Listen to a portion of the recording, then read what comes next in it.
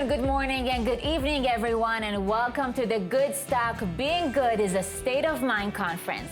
We are thrilled you decided to take part in this virtual event with us. You're here alongside volunteers, advocates, activists, policymakers, and educators from all over the world. We are all here today to share, discuss, showcase, and learn from our collective experiences on how to grow the good and expand the circles of good in the world. This unique conference is part of the events that mark this year's Good Deeds Day celebrations, organized by Ruach Tova, that is part of the Arison group. It's hard to imagine that it's been 15 years since the first Good Deeds Day took place. What began as a small seed aiming to inspire good deeds has grown and blossomed into a global movement involving millions of people in more than 100 countries worldwide. With us here today is the woman who started it all. She's the driving force behind today's conference and the Global Good Deeds Day movement, businesswoman and philanthropist Shari Arison. Hi, how are you? Hi, I'm great. This is so exciting. It really is. Well, I think we should start in the beginning. Okay. How did this idea come to be, and did you believe it would grow internationally? Because what happens today is so amazing, and I see the pictures. It's unbelievable, 15 years. Yes. Well, actually, I'd say about 16 years ago, I was in my morning exercises in the sand dunes here in Israel. I live in Tel Aviv. And I'm always trying to figure out what I can do to make the world a better place. And I've always done this through business, through philanthropy, through spirituality, and always trying to come up with new ideas. And during this morning exercise, it was like a light bulb went off. And I thought, there's so much good in the world, but everybody puts the focus on all the negativity. The media, people are always talking about what's wrong in the world and what's negative. And at that point in time, I said, you know what? There's so many good people. There's so many good organizations that do really good work. Let's start highlighting that and talking about that and putting the focus on that and create a day that's all about doing good. And that's how it started. I came to the office, talked to Good Spirit, which is one of our organizations, and they said, okay, we'll start this day. And it started small and started growing and growing until we see millions of people in 108 countries doing good deeds. That's amazing. And I need to exercise more. Yeah. Well, personally, I have to say, I look at the conference ahead, and I must say, I'm so touched. That's how I feel. We have a remarkable list of people who are bringing good into the world, but at the same time, we live in a very, very cynical world, I would say, especially here in Israel. How do you deal with all that? Well, like I said, I think if we put the focus on what's good in the world, and there is a lot of good in the world, we just need to put more focus on it. That's what's going to grow. I mean, where you put your intention, that's what grows. And look, it started off very, very small. In Israel, right before the corona started, we had 2.5 million people signing up to do a good deed, because everyone can do it according to their heart's desire. It went out to 108 countries. So it's really very simple. It's where you put your attention. I have to ask, after a year like that, you mentioned COVID, obviously. Right. We're still there, unfortunately. How do you focus on the good when there's so many hurdles on the way? Look, I think, you know, and this is why we're having the conference, okay? Because a lot of people are still in lockdowns. People are going through rough times. But I think it gives a lot of light and a lot of hope for people to see that there is a lot of good in the world. And doing it virtually, we can reach so many people and connect people and unite people and really change change what's being talked about. And that's why we're talking about going from shaming to faming. Instead of shaming people, say something good about people. So it's the small things. It's just really acts of kindness. I love it. Yeah. Faming. Yes. I don't know if it's going to work on the news, but I'm going to try it. I promise. Okay. Okay. I'm going to start a movement of faming instead of shaming. Great. What do you think the world needs Good Deeds Day?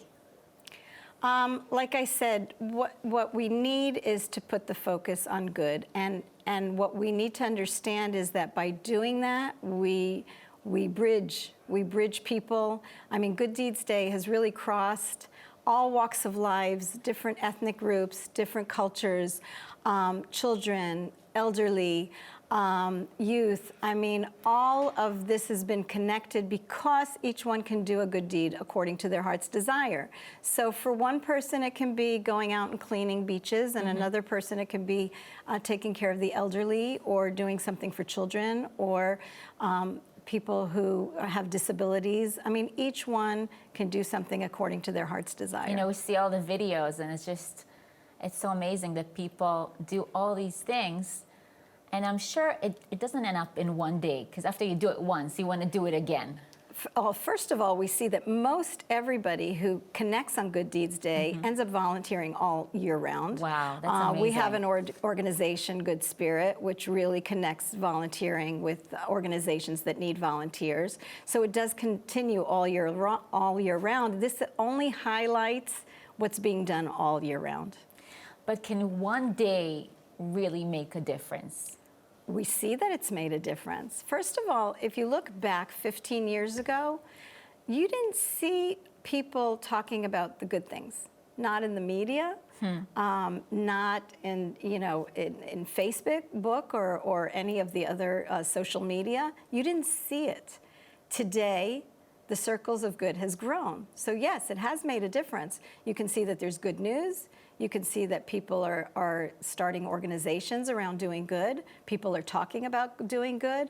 And when I say think good, speak good, and do good, it's not a slogan. It's something that we need to do every day to look at how we think, how we speak, and how we act. That's amazing. I think that's the way to live. Yes. That's what makes you happy. Yeah. But what do you think, what do you consider to be Good Deeds Day's biggest achievement so far?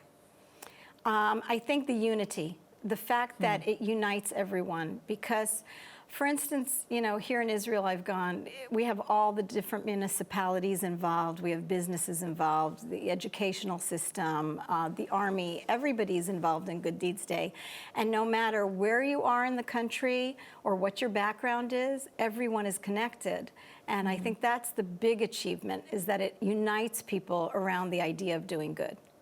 I think at some point, maybe after COVID, it will unite people all around the world when we can travel again and do good deeds also other places. This conference, Goodstock, is uniting people from all over the world. Sure. Everybody's taking part, and so we have people from all over the world, from the United States, from South America, from Europe, from here in Israel. I mean, really, people are uniting around the idea, so definitely, yeah.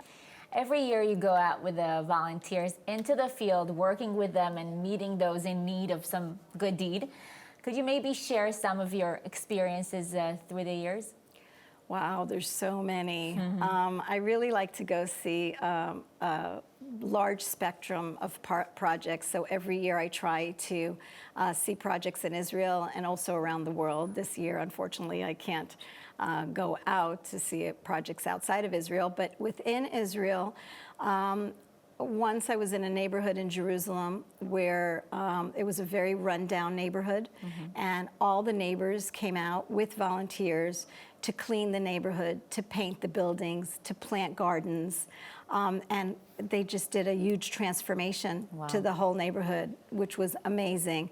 Another thing that was touching to me was an Arabic village that I came to, and that they said they never participate in things like that, and they would continue, and it really has grown to all the Arabic municipalities.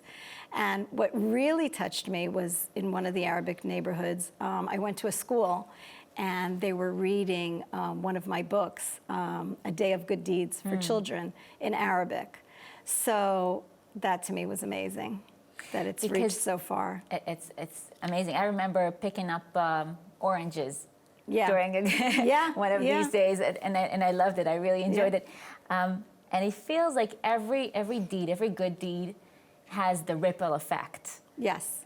And I think that's what makes it so special. It affects the neighbors, the community, the society. Well, like on Good Deeds Day, when an organization goes out, or a group of people, and they go to an elderly home or to whatever the case may be, wherever it is that they're volunteering, a lot of times they'll adopt that specific organization for the whole year, and they'll continue, and they'll come and bring products and help the area. So yes, it does have a ripple effect, because it's not only the fact that it's growing, but the fact that people tend to do more. So, yeah. That's just so wonderful. So looking ahead, how do you imagine Good Deeds Day, let's say, a decade from now? Well, it's funny. I always say to my group at the Arison group that in the future, I hope we won't need Good Deeds Day, and they get like really nervous. What do you mean we won't need Good Deeds Day? But that's really my hope, is that it'll just become mainstream, that people will really start to be good people and a good society. And that this will rub off to more and more people, so that we don't need to set that kind of example. So we just live that way. That's my deepest hope and dream. Yeah. I wish this would. You know what? I really like this day, so maybe let's give it a little bit more time. I'm sure it'll continue. I'm sure it'll continue for many, many years. Yes. But let's hope more and more people get involved, and more people make a difference, so that the world will be a better place to live in. Amen to that. Yeah. How are you planning to expand the circles of doing good in the world even more? Look, we're constantly getting to more and more countries, and within each country to more and more people. So we just hope to reach more and more people with this idea, and that people take part and become our partners. We have lots of partners all over the world, and we invite everyone to become partners for Good Deeds Day. Shari, I want to thank you for being so open and sharing your thoughts and work with us. But before we conclude, I'm a journalist after all. Yes. I need to get the scoop first. That's it. It's me and you here. I need to get the scoop. Tell us, what's next? What's your next big project for spreading the good in the world? Well, I can tell you I've come up with, I wrote 7 books. And I give you a teaser. Another book is on its way. Oh. So that's... I got my scoop. Yes, you did. Shari Arison, thank you so much. Thank you for doing good things and making us all want to do good things. And hopefully everyone will join. Thank you. Thank you very much. They say very big journey starts with one small step, and the same can be said about doing good. Sometimes a small act of honesty and kindness can inspire great actions and trigger others to do good. But how do we create such a ripple? How do we create a lasting impact? To discuss further, I'm joined in the studio by Orly Wahba, the founder of LifeVest, a nonprofit dedicated to inspiring, empowering, and educating people of all backgrounds to lead a life of kindness. Hi. So great to be here. Thanks so much for having me. Thank you so much for being here. From Denver, Colorado, Gary Dikson, president of the Random Acts of Kindness Foundation, a foundation focused on the belief that all people can connect through kindness and that kindness can be taught. And from Vancouver, Canada, Jacqueline, founder of 365 Give, a charitable organization dedicated to educating, empowering, and inspiring children to change the world. Thank you all for being here. I have to say, you are truly inspiring people, and I'm so glad that I get the opportunity to interview you. So since this is our first panel for the conference, I would like to start with each one of you to share a little bit about yourselves and your work before we dive into our conversations. Let's start with you, Orly. Well, thank you so much. So I'm from Brooklyn, New York, but I actually recently moved to I got that with accent. You got that? You can't miss that, that's for certain. And I just moved about a year ago here. I actually had a background in teaching. I was a middle school teacher for 7 incredible years. And the concepts of kindness, compassion, empathy, these were concepts I was implementing into my classroom on a daily basis. And about 10 years ago, my students actually inspired me and encouraged me to take that leap of faith. And I left my job teaching. It was supposed to be just for a year to pursue a dream I had in my heart ever since I was a little 4-year-old kid, that dreamed of changing the world. I mean, it wasn't a dream per se to start a nonprofit. At the age of 4, you dreamt about changing the world. That's amazing. This has been like the one constant in my life.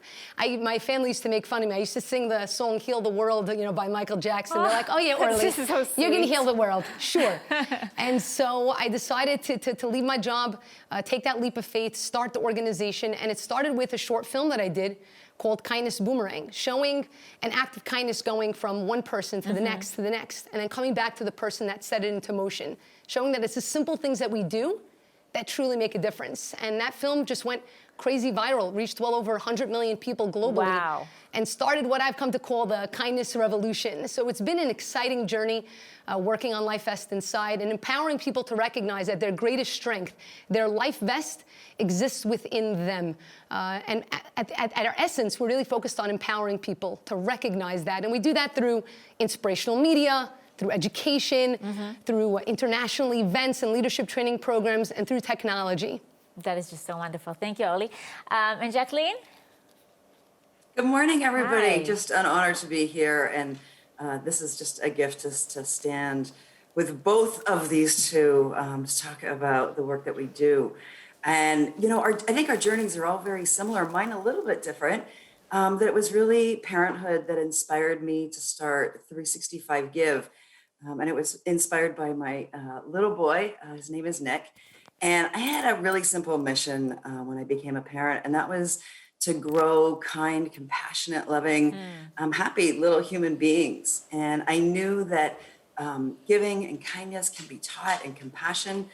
So on my son's 3rd birthday, we started a little journey that we were going to do one thing to give back to the world every day for 365 days. And Who's next to we set you? ourselves on a journey to give every day. And it was an incredible journey. I ended up doing a blog around it because when we started, that's kind of what you did. I was not a social media guru or anything else. But what we realized is that giving is so simple. Even a 3-year-old can do it. And Who's next to you? I just love dogs. I have to see. Who's next to you? You know what? I apologize. No, please don't. We all love dogs. So, anyways, she's distracting me a little bit. I apologize. But our she's adding. 365-day journey was so amazing because what we really learned is that giving is so simple. Even a 3-year-old can do it. Our simple analogy is it's like brushing your teeth. It becomes a daily habit that once you get started on it, it just becomes who you are. It becomes part of your daily routine. You look for ways to give and they find you. For those of you that believe in the law of attraction, when you open your eyes and look around your world, there are so many simple ways that you can give back. We make it so easy for children that we talk about giving back to people or giving back to the planet or to animals. It's not just people, but it's the ways that you connect to the world around you. We were so blessed in our journey. I always say we got the calling, and we ended up turning 365 Give into an educational program for teachers, and really a tool for teachers that you can start implementing a daily giving practice right into your classroom as part of your curriculum. And I got very blessed that I was asked to do a TEDx talk. We called it How to Be Happy Every Day. It Will Change the World, because we know how much giving brings you happiness and brings other happiness. And I think to date, we've had over 5 million people that we have been able to inspire through our work and our TED Talk. And it's these two right in front of me today. They have been part of that journey for me. They don't know it, but the inspiration to keep going, because all the work that we do, none of us are in this for the money. We do this because we believe that every single person that we can inspire will create that ripple with everybody that they touch. And so I'm just really, I'm honored to be with both of you and your journeys, and with Goodstock, because all of us that are doing this keep touching different people in the world. And that's the ripple effect that keeps it spreading and keeps it going, so that we can all retire. Gary, I just said this, one day maybe we can all retire because the world is that happy, kind, compassionate place that we want it to be. Wow, amen to that. And Gary, hi in Denver. Yes, good morning from the mountains. Good afternoon, wherever it is. Good afternoon, good morning, good evening, everything. We're all around the world here. Well, as Jacqueline said, it is an honor to be with Orly and Jacqueline. Truly great people in their fields, and so I'm very very pleased to be here. My journey is probably a little different still. Came through the communications world, working in advertising, this kind of thing, and then came to the Random Acts of Kindness Foundation. And I remember a student in Michigan said to me, "You mean kindness has an address?" And he saw my business card. And I said, "Yes, it does. It does." I said, "Actually, the address is everywhere. Everywhere people are kind." And so we started with schools. That was our beginning. Could kindness be taught? Does it need to be taught? And it turns out that it's a reminder more than anything. So we began in schools, and pretty soon we had 500 schools a week, and then 1,000, and then about, I think we're now getting about 3,000 downloads of lesson plans from about 70 countries. It's all free at randomactsofkindness.org, and that was a wonderful thing. Our chairman has allowed it to be free, so that's a nice thing, and it really comes from the belief that people are basically good and could use a little reminder, a little lesson, something to encourage them. And so we grew into the workplace, and now we've just developed programs for the home, because in a day that's where we typically are. We're at work, we're at home, we're at school, somewhere in those places. So we hope that being a part of Goodstock is another opportunity to share what we're doing and to learn. I was most excited about this, to learn from Orly and Jacqueline and the other speakers you have. My goodness, what a long list of great people you have available for us to hear. And there is a video that you want to share with us, right, Gary? Yes. So let's watch it. Yes, we'd love to. We have two foundations. One of them is Random Acts of Kindness, and the other is the Foundation for a Better Life. And so we created a television public service announcement around kindness, and let's take a look at it now. You know there's a light that glows by the front door. Don't forget the keys under the mat. When childhood stars shine, always stay humble and kind. Don't expect a free ride from no one. Don't hold a grudge or a chip, and here's why. Bitterness keeps you from flying. Always stay humble and kind. Hold the door, say please, say thank you. Don't steal, don't cheat, don't lie. I know you got mountains to climb, but always stay humble and kind. Yeah. I love it, Gary. It's really, really great. So you all have a really small, tiny goal to change the world, but you guys, you actually managed to do it. So I want to ask you, how do you make people want to be kind? Orly. So the truth is, I think that it all actually starts with ourselves. For me, it's all about empowering people to recognize how much they matter, how unique and significant they are. That we're each, in a sense, a piece of a puzzle. You know, different shapes, different colors, but every single piece is same size. If we can come to truly love ourselves and embrace ourselves, even with our flaws, even with our mistakes, that means that we can embrace others for who they are, even if they think differently than us, if they believe differently than us. So my belief is that the way to get to a kinder world is simply to empower people to recognize just how awesome they are. And that's what I think creates that ripple effect. I want to ask you, Jacqueline, I want to ask you the same questions, but you know, the workplace, school, even kindergarten, as I see from my 5-year-old daughter, it can be very cruel. not very kind. How do you teach kindness? Is this a thing that you can teach? Absolutely. Children, and research has actually shown us, most people don't realize there's been so much scientific research done on kindness and giving in the world. And we are actually born to give and to be kind. We have it built in our DNA. I've become a bit of a neuroscience nerd around this because our bodies and brains are actually built for this.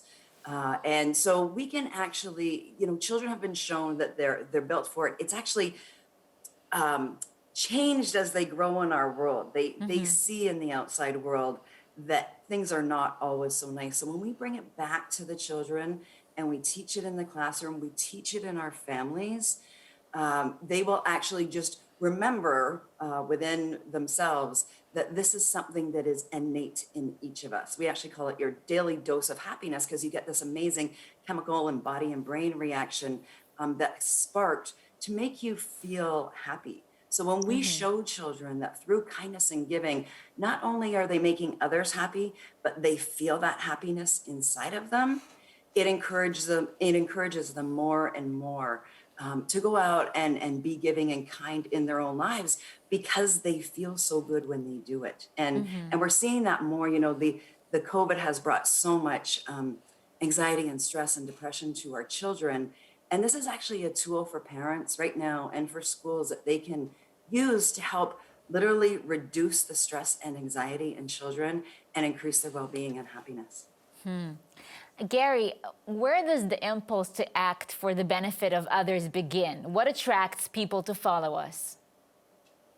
I think that it's really the love we have for the human family. We're all in this together. I think this COVID pandemic has shown that.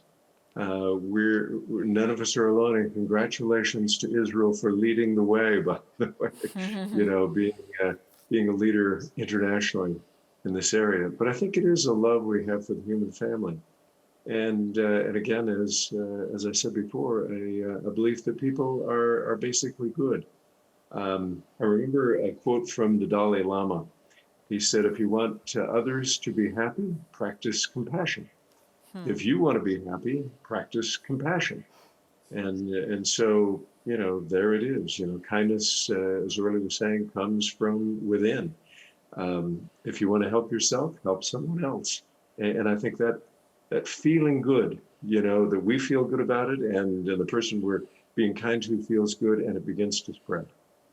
But Gary, at the same time, I agree with you that COVID-19 has taught us how we're all one big happy family. But at the same time, I feel that we see a rise in racism and anti-Semitism. Even I can tell you here in Israel, many, I would say, even talks about how people who are against vaccines are bad, or people who are for vaccines are evil. How do we overcome that? It's a great question. I think we are in a very divisive time, but speaking of vaccines, I think kindness is that vaccine for divisiveness. It really is. We have to do it. It begins with ourselves, being kind, holding a door, saying please, saying thank you, and then it spreads. When you're coming out of a game or a concert or something and you just can't get into traffic and someone lets you in, you see something happen, very likely that person will also let someone in, and it just begins that way. You'll never know the end of the ripple, so to speak, when you're kind to someone, especially someone that isn't expecting it. You hold the door for someone and they look at you like, wow, thank you. And pretty soon they're doing something for someone else. And so it goes. And so that's the only way it's going to happen. And I really do believe that it is true that the vaccine, so to speak, for divisiveness that you're talking about is just being a little kinder, and to start somewhere, to start at home, to start at school, let's start at work. You know, it's funny you mentioned holding doors, because I just realized yesterday that no one holds the door for the other one anymore. No one wants to touch the handle. It's just like trying to push it with the elbow. But Orly, I wanted to ask you, how does one take responsibility for propelling goodness forward? I think that, again, like I said, it really does begin with ourselves. And I think that it also has to do with being able to create meaningful dialogue. I feel like that's something that we've lost in this world. Being able to have dialogue.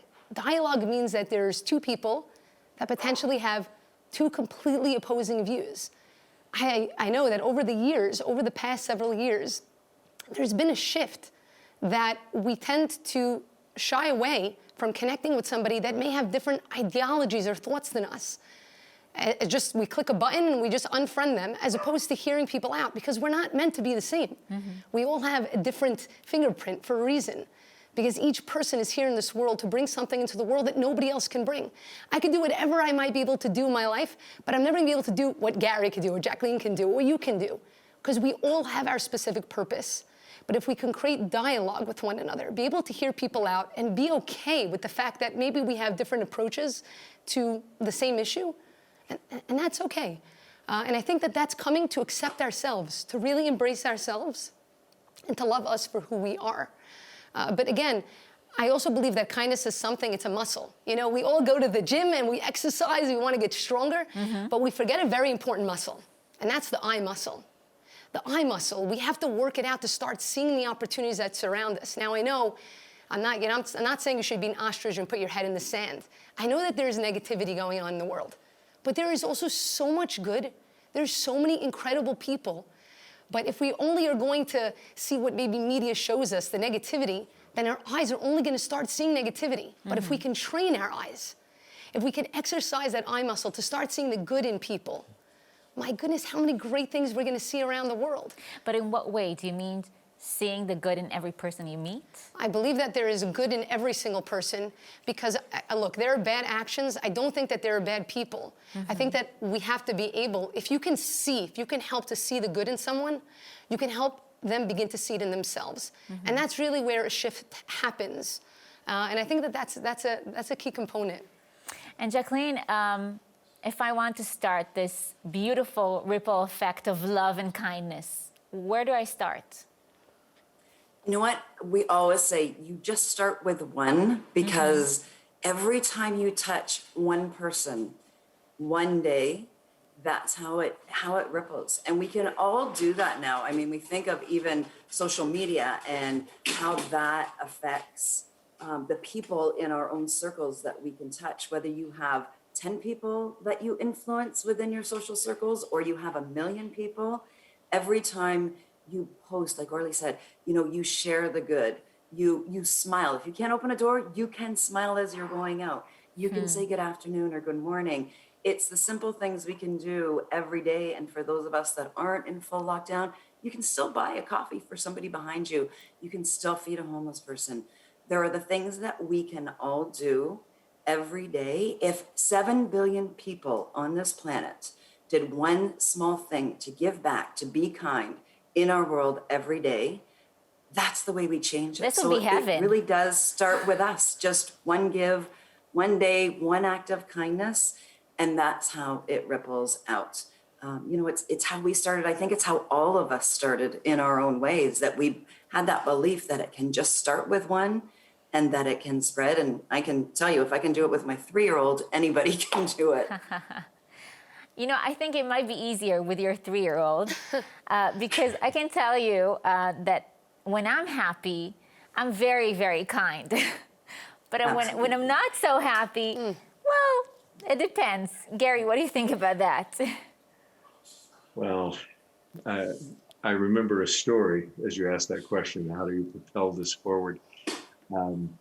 Mother Teresa had been asked the question, you know, with all of the poverty around you, with the kind of the endless cases that come in front of you, how do you keep going? And what do you recommend for the world? And she said, do the thing in front of you. And I thought, what a power! I've never forgotten that. do the thing in front of you, because we're always like, well, I must travel over here. I must go on a trip and do some good. She said, just go home and look around, as Jacqueline has said, just start with one and do the thing in front of you. And I think it's good to remember too that kindness is an action word. You can't sit in a chair and be kind.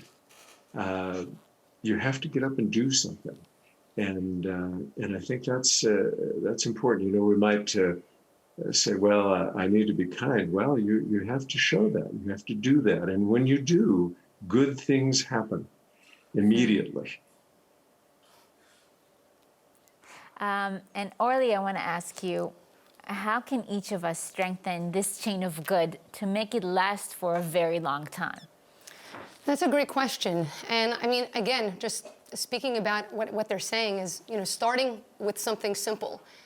What I would say is, my best advice would be, I think we need to take something from this past year of COVID.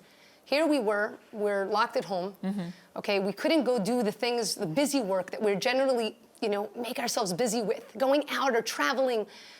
We were stuck at home for a very important reason, because I believe in my heart that real change, kindness really begins at home. It really does.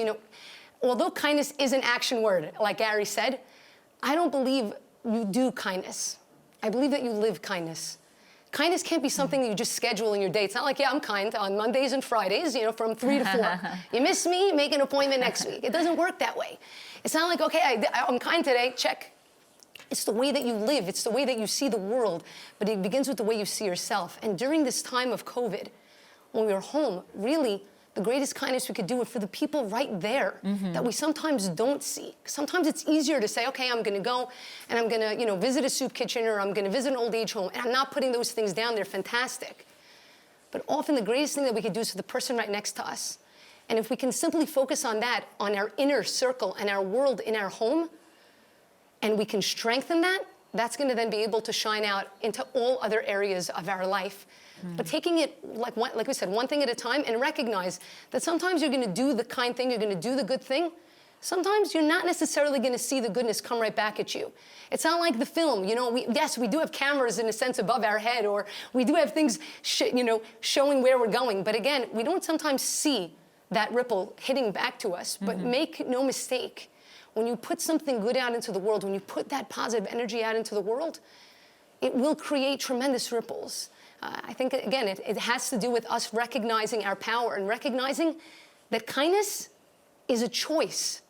And it's something we get to choose every single day. It's a choice. We could choose to see people, or we could choose to walk on by. It's not either you're born with it or not. You choose to do it. You choose it every second. It's a choice that we make. And the choices that we make don't only dictate the lives that we lead, they dictate the lives of those who choose to follow us. And our last question, I want to ask all of you. We are asking here today from everyone to spread more good around the world. Maybe you can share a few examples with our viewers, show them we can all do something to help. Jacqueline. Oh, that's, there's so many powerful stories probably that we can all reference in so many ways. We are very much like you. And it's always the beauty that I see is when people come together in the large groups. At 365 Give, we have our annual event as well called Do One Give Day. And those are the days where when you see the power of people coming together, and that's in the schools and it's on social media, that's when you start to connect the dots, and so much about what Orly's talking about as well.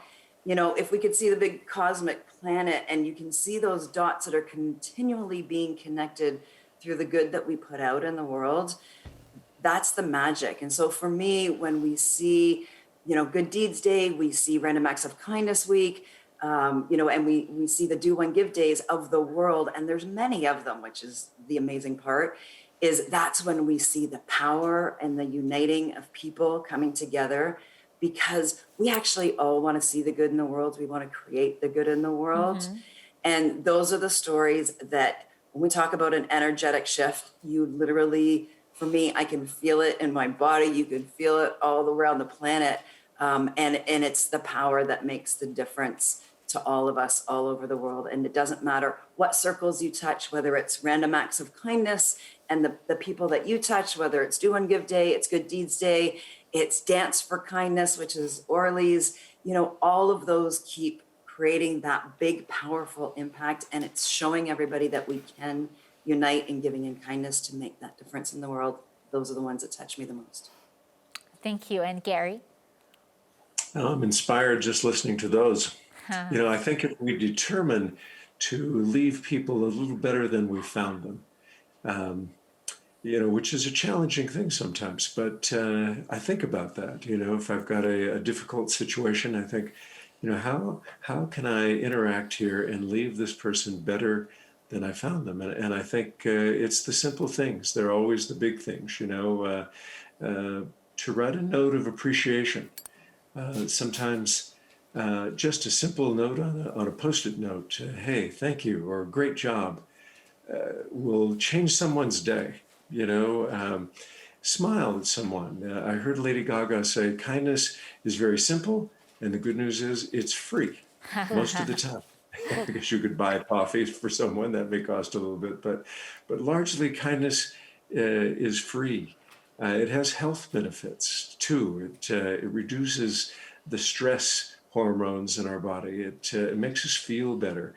I think too, a piece of advice someone gave me, they said, Gary, you're going to be the same person 5 years from now, except for the people you meet, the places you go, books you read, and the service you perform for other people. And I think that that's true. That's where change comes from inside. Thank you. And Orly? So one actionable item I would say as a teacher, and I love teachers and I love being a teacher, I love my students, a really great action item that we all can do, it doesn't matter what age you are, if you're in school or you're not in school, is write a letter to a teacher that has left an impression on you, that's left an impact on you. You have no idea how much they appreciate that. I have to tell you that my most valuable possession that I own, my most valuable possession are these 5 books of letters that I've collected from students over the course of the years. And it's these books that I go to, like on those days where, I question my value or I question my worth. And we all do, by the way, we all do. Okay, no one is free of that. I turn to those books and I look at it and suddenly I recognize it. Teachers, I cannot tell you, nobody becomes a teacher if they don't love kids. And simply writing that letter to a teacher that's impacted you, that's left an impression on you, is a tremendous thing. I mean, there are loads of small acts. I have a whole book of 365 acts of kindness. I mean, there's so many things that we can do. Just the other month, we started doing these monthly dance parties. And we all get together from all over the world leading up to our 10th annual Dance for Kindness. And after this dance party, I took 3 acts of kindness. And what we did is, on Zoom together with people from around the world, we gave everybody 3 minutes that we were engaging in each one of these. Simple things like writing a positive review on, somebody's website or their social channel. Because oftentimes, we only go to write a review if something bad happened. And we rush, oh, it's terrible, the service, it's crazy. But there's so many good things that we forget to do it. It takes less than 3 minutes to do something like that. So whether you write a positive review or you write a letter, to me, that's the greatest thing. If you guys could all do that, take that upon yourselves, my goodness, you don't know the impression that it'll have on a teacher of yours. What's your address? I need all of your addresses. I'm going to send you some letters. Oh, my goodness. Mine is orly@lifeestinside.com. I will tell you. It's the small things that we do really do leave an impression. I remember writing a letter, putting a book together for a teacher that was, she was already retired, and she was very close to being on, heading out in a sense. And I remember she said to me, she was crying when I brought it to her, filled with letters from different teachers and different students throughout the years. And she said to me, Orly, most people don't get to hear this unless they're, at their eulogy. She said, you gave me such a great opportunity. And when she passed, and she said to me, I want you to promise me that when I pass, you're going to read this letter at my funeral. I was crying hysterically when she said that. And at her memorial, I read that letter, and her kids were there. And they said, you're the Orly that gave her that book? Do you know that any person that came into the house, every time they came, they said, look at this book. She said, look at this book, look at this book. Wow. That's the impression of a simple letter on someone. Orly, thank you so much. Gary, Jacqueline, I have to say, you are, I think, the best ad for being kind, because I see your passion and kindness and the sparkle in your eyes, and I just want to be like you. So thank you so much. Thank you. Thanks for having us.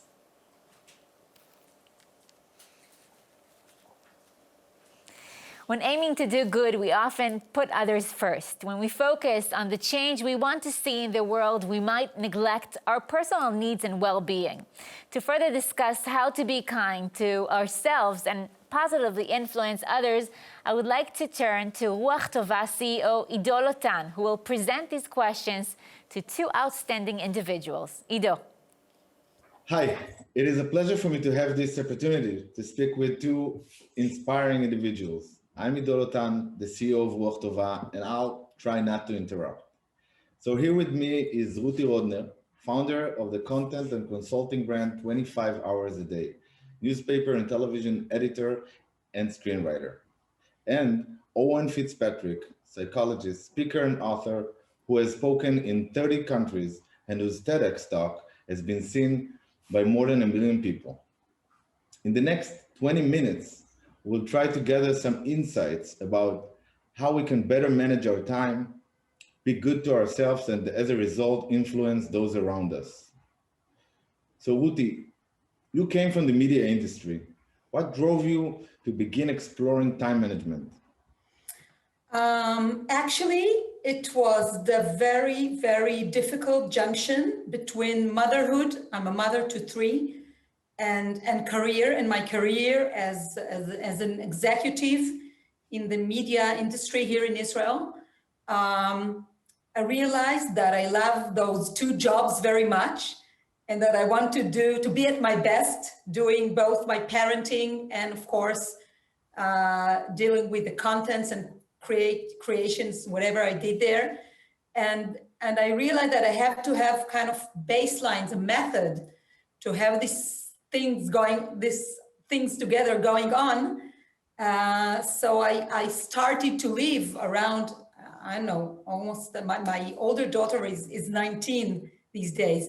So I started to live by those principles and rules that enabled me to play those fields quite intensively. And I realized that I'm onto something. So it's all began from that. See, so Owen, I want to jump right in. How can you how can one change their inner thoughts or mind? So I think one of the things that's important, Ido, is that you need to, first of all, become aware of the fact that you can. So often what we tend to do is we tend to live in stories inside our head. And so Ruthie will tell you, as an incredible screenwriter, that a lot of times the stories that we tell on screen are mirrors of the stories that we tell to ourselves about ourselves. And so a lot of people live as victims or as villains in their own mind. They see themselves as the perpetrator of their own misery or the victim of their own misery. And so one of the most important changes you need to make if you were to change your mind and to change the way you think and to change what you do is to be able to recognize that you're the hero of your own story, that you can turn things around. I think when Rudy made that shift and she now helps so many people with her incredible advice, one of the things that she knew at that moment was that despite how difficult it can be to be a working mother and to juggle as many things as she was juggling, she realized how powerful she could be, and she realized that she could take charge and could take control. And so I think we all need to buy into that. We all need to realize the power we have to overcome the adversity we face. And to me, a large part of that comes with starting to recognize that you do have control. You are the hero of your own story. And that's what I try to remind myself every day. And I think if everyone reminds themselves of that every day, that's the first place, that's the beginning place to be able to create real long-term change. I'll add to what Owen just said, that when I was a young mother, this very popular book published, I don't know how she does it, by Alison Pearson. It became a huge hit, but also later produced as a film with Sarah Jessica Parker. And I remember myself saying to myself, which is like this inner story, saying, "You don't know you don't know how to do it. I'll show you how." So this is how kind of you design your own story, your own life path, taking into your consideration also not only wishes and desires, also needs and obligations to other, but it's possible. You can do that. Yeah, so Ruthie, how can people be thorough and mindful while also being efficient with their time management? It's, you know, I'm always speaking not about how to manage your time. For that, you have a diary or all kinds of apps. I'm speaking about how to manage your life over time. It's just like when you're organizing your closet, when this day arrives and you say, okay, I have to bring everything out, you don't really make any change in the closet itself. You change the content of your closet, right? You put the winter clothes up there, and so you have the summer clothes more accessible. So this is the kind of mindsetting that I want people to go through their own lives, to take a look over its content and to try to think what they really need to be accessible for them now and what they can put aside for a while, just for an example. So if you do this kind of organization of your own life content, I think you can live a fuller life. And you know, I'm calling my brand 25 hours a day, but actually I don't have this extra hour. I just made room for more time by organizing my life content a little better. I want to add to that because I love the concept that Ruthie just brought up there about managing your life versus managing your time. So often we focus so much on time, but the reality is you can't manage it. It's going to go by no matter what you do. And I love the way that Ruthie describes, you know, the closet metaphor, because I think what we need to do if we're truly to be better at being able to manage our life is we need to recognize that it's all down to the decisions that we make. And it's all about getting the clarity in our head to be able to do that. Years ago, I did a TV show where I was traveling around the country. It was called Not Enough Hours. And I was traveling around the country helping people to manage their, inverted commas, time. But it really wasn't anything to do with the time because everybody has the same amount of hours. Even great geniuses of the past like Einstein or Tesla had 24 hours a day. And so 24 hours even itself is just an arbitrary number that was made many years ago to try to divide up the day into 60-minute increments. And even minutes are, again, arbitrary concepts that were created. So all of these things are pretty much man-made or women-made. The problem that we have is that we start to allow ourselves feel like we're overwhelmed and we don't have enough time.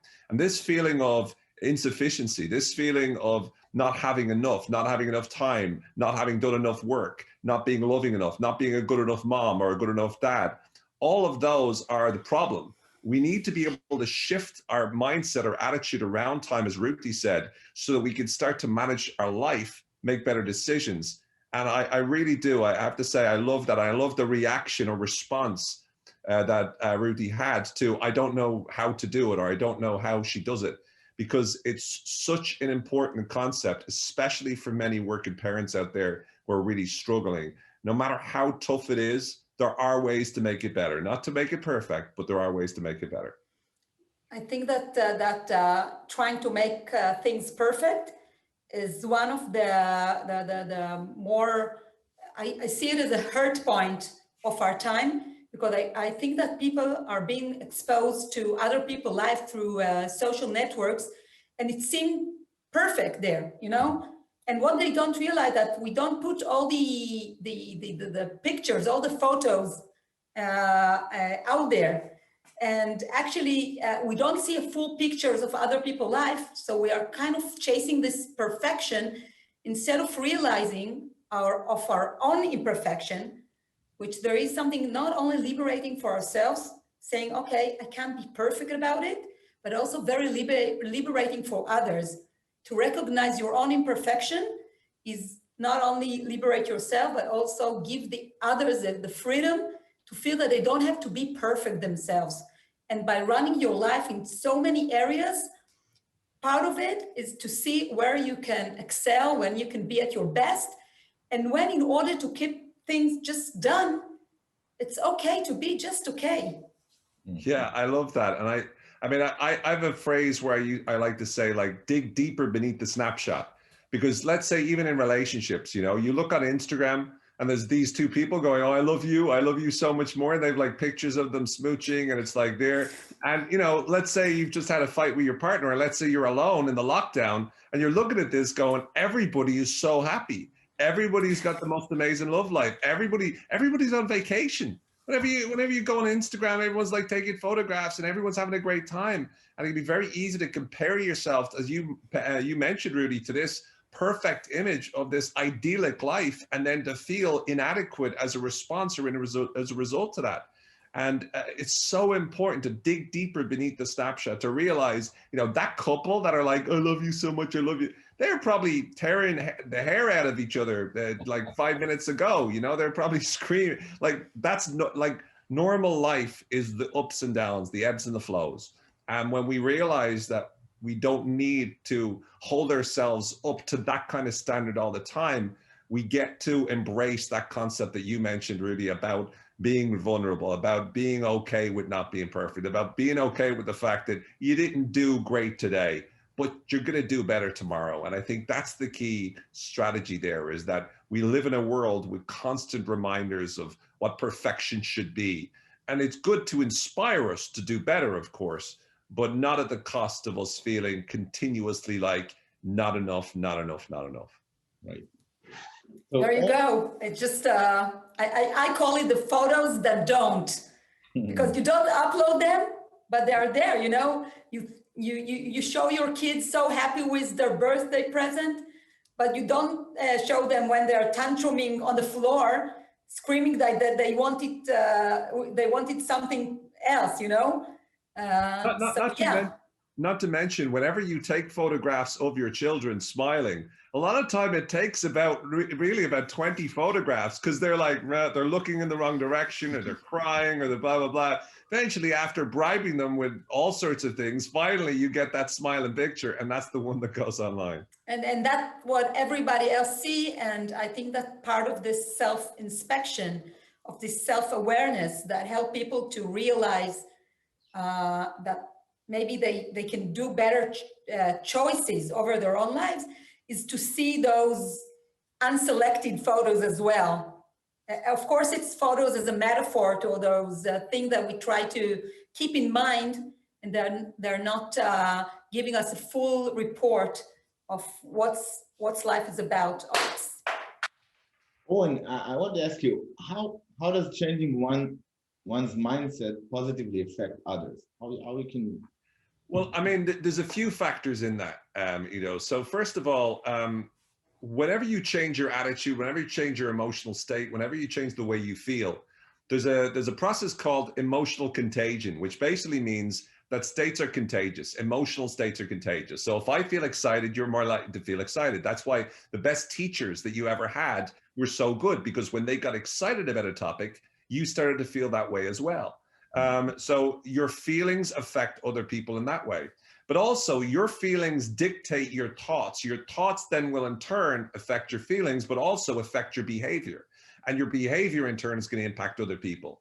And so there's this old, you know, idea where when you're totally certain about something, when you have this absolute belief and conviction in something, that can actually convince other people as well.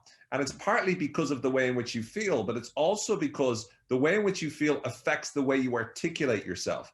And so the more that you can change your mind, the more you can impact others, both through your emotions and through the way that you communicate with them, the way that you impact them on an everyday basis. Look, there's many of you right now listening that are doing a huge, making a huge impact on so many people. And one of the things that you'll know is that that's not always easy. It's not always easy to be able to deal with the challenges that you face on an everyday basis. And so you have to look at the resources you have. And just like, you know, in order for us to be able to survive and thrive, we need to be able to have, let's say, money in an organization. we also need to have the resources of the mind. And that means your ability to be able to feel the way you need to feel when you need to feel it. It means your ability to be resourceful, to be able to be creative, to be able to be confident, to be able to be determined, to be able to be resilient, to be able to bounce back from adversity. Those are the kinds of resources that we need in order for us to survive and thrive as we move forward into the future. So I think once you change your mind, once you start to see yourself as the hero of your own story, you can then even transform into another character, again, that Ruthie would know a lot more about than me, but it's the mentor character.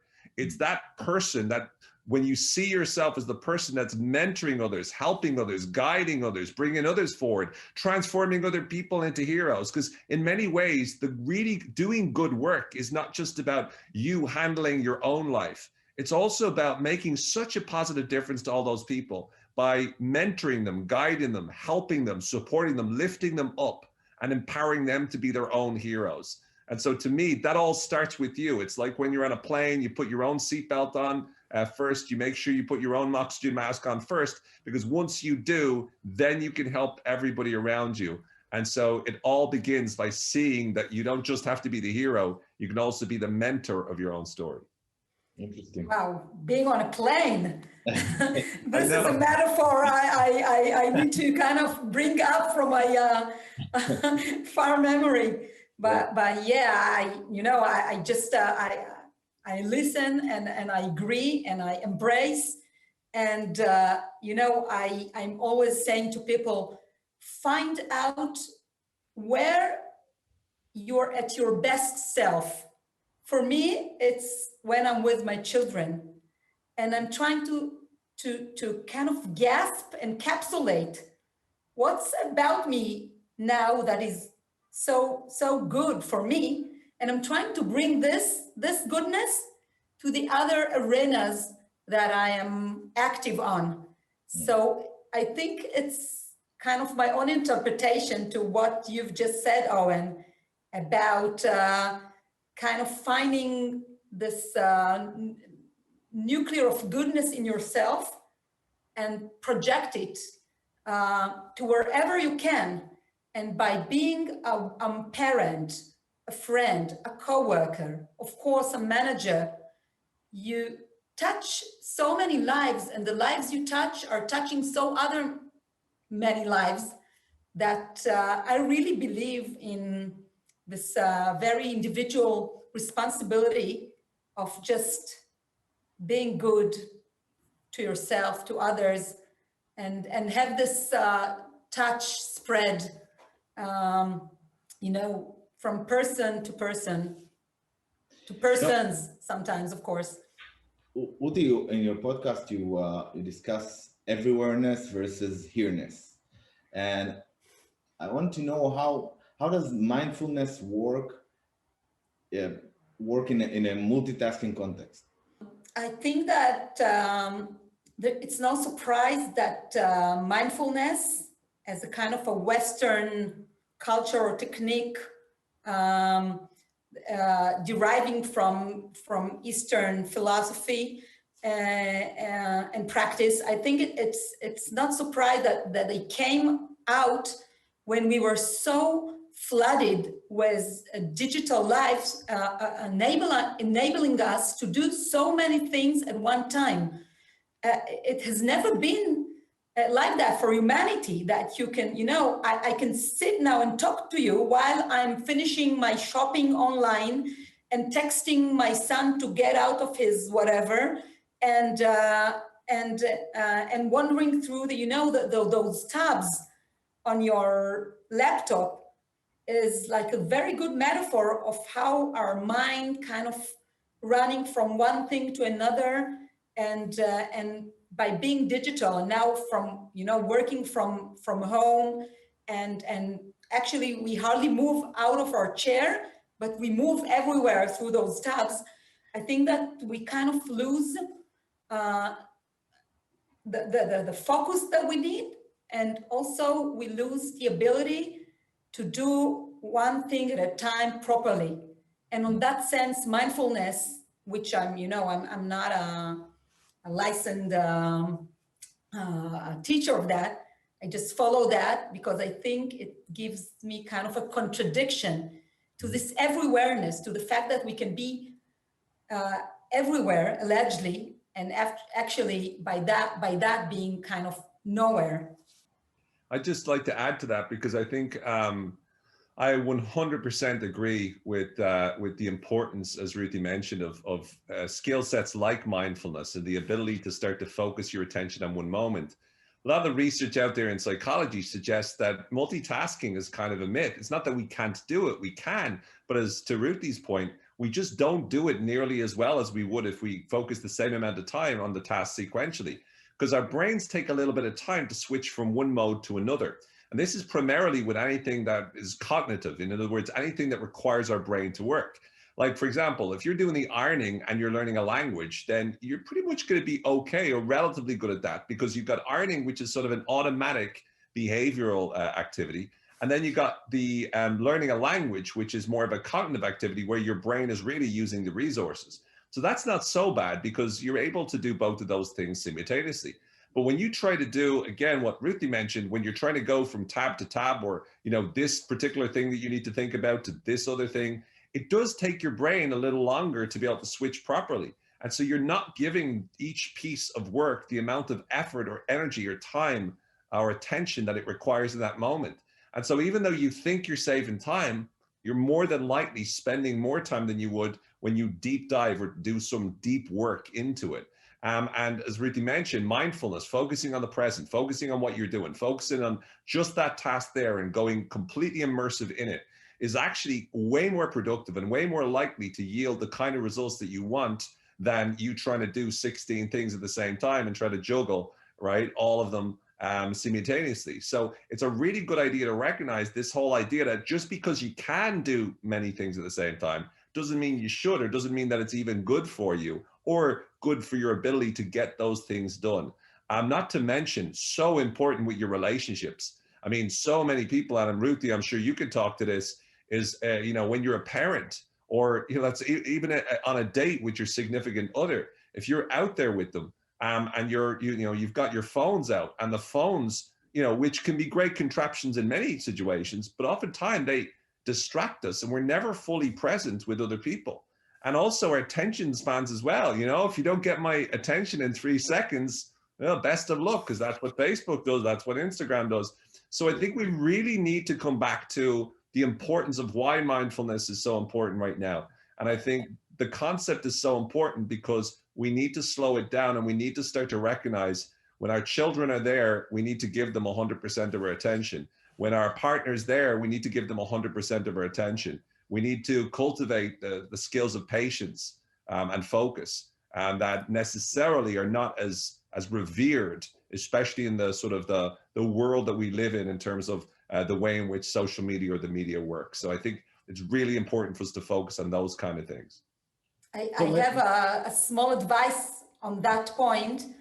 I just take my children out and we walk together. And by walking, this is, of course, the body really gain a very good sportive activity, but you can't really use your phone while walking. I mean, you can't walk like that. So it really brings us, you know, if I'm going out with them, it really brings us together just to stroll and to speak. And some of the most wonderful, deep conversation that we had, especially over this last year, which, you know, being out just a bit was really essential. It's amazing. So it's just this kind of thing, I mean, that you really can bring two things together, walking and talking. And it's amazing, in an amazing way, very simple. You know, everybody can allow it to himself, to herself, just to go with someone you like, with someone you need to have a good talk, and just to walk and talk. Walk the talk, talk the walk. I just we have to conclude ourselves, and it was a very interesting talk. I just want to ask Owen if you and of course Ruthie afterwards, if you could follow up on that. Is what are the tips that you can give our audience for staying motivated over time, not So what I'd say is, first of all, it's not just about staying motivated. It's also about staying disciplined. So motivation is when we feel like doing something. Discipline is when we do it regardless of how we feel, right? And so there's a few things. Number one, figure out what motivates you as is. So are you motivated by what you have to gain or what you have to lose? We're motivated towards what we do want or away from what we don't want. And some people are motivated away from what we don't want. So if they say, I have to do something, they're more likely to feel motivated. Other people, it's I want to do something that motivates them. So figure out what works for you, because not everyone is motivated by the same thing or in the same direction. The second thing is that whatever the task is that you're trying to motivate yourself to do, break it down into milestones. Make it so that you can see it in smaller chunks, so you can see it easier. You know, if I have to write a 100,000 word book, that's a huge task. How do I stay motivated? I break it down into 2,000 words a week for 50 weeks. I break it down into 400 words a day for 5 days. And then I can say, oh, I can easily get 400 words done in a day. So when you break it down, you're able to motivate yourself in that way. And that'll help you move towards it. And then the third thing I'd suggest is give yourself rewards along the way. Stuff to look forward to, stuff that you reward yourself. Obviously, you don't reward yourself for exercise or for healthy living with like ice cream, right? So you picked your right rewards or the smart rewards. Vegan ice cream. Vegan ice cream, maybe, yeah, for sure. But you don't reward yourself with things that won't work, but you do reward yourself with, you know, things you do love to do. Even, you know, your favorite TV show, for example, but you figure out whatever it is that you're motivated to do. And as a result of you doing it, you reward yourself. So again, it's figuring out what motivates you or motivated towards what you do want or away from what you don't want. It's breaking the task down into smaller chunks. It's figuring out how you can reward yourself. And then just to one point on the discipline, once you get into a habit of doing something, once you're motivated enough to start it, then put it into your schedule. Make it a no-brainer. Make it this is just the way it's gonna work. I'm gonna do this. I'm gonna go for a workout every day at 7 a.m. That's the way it is. No question, no debate, no argument, no, oh, I don't feel like it. Lots of things we don't feel like doing, but they're good for us. So the key is, because you're doing so much good for others, it's important, as Ruthie mentioned, to do good for yourself. And that means doing what you know will help you and doing what you know will be good for you. Okay, guys, unfortunately, we need to conclude here. I wanted to thank you so much. Just the beginning, having all those thoughts now, brought up. We can continue, but we have to conclude this session. So I wanted to thank you so much for this inspiring conversation. And I hope the rest of us will stay at the conference. Thank you so much. Thanks. Thank you. Thanks. Bye-bye. Thank you, Ido, Ruthie, and Owen, for a wonderful and insightful conversation. Well, this is the end of our first plenary session, but we are only getting started. We have some fascinating conversations in our breakout sessions for you to seek out, so go explore the events platform and we will meet back here in the studio for our next plenary and inspiring guests from around the world.